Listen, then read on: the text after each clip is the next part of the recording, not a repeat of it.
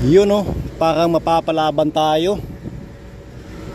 Yan, tagisan join kami. Nasa 6 kami mga master, 6. So 3 join yung titirahin namin. Downside, muskila.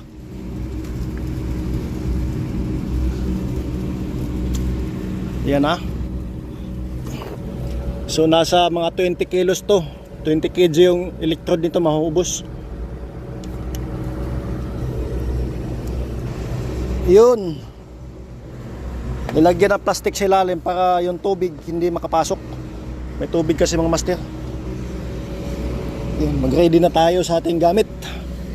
Yan. Ito yung sako. Lagyan ng welding jacket. Mga gloves yan.